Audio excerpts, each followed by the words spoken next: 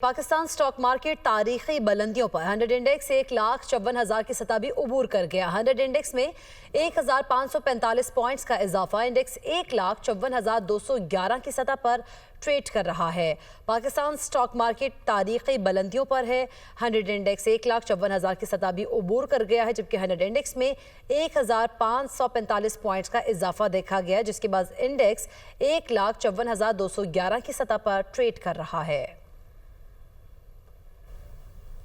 Pakistan stock market तारीखी बुलंदियों पर 100 index 1,54,000 की सतह भी उबूर कर गया। 100 इंडेक्स में 1,545 पॉइंट्स का इजाफा इंडेक्स 1,54,211 की सतह पर ट्रेड कर रहा है। पाकिस्तान स्टॉक मार्केट तारीखी बुलंदियों पर है।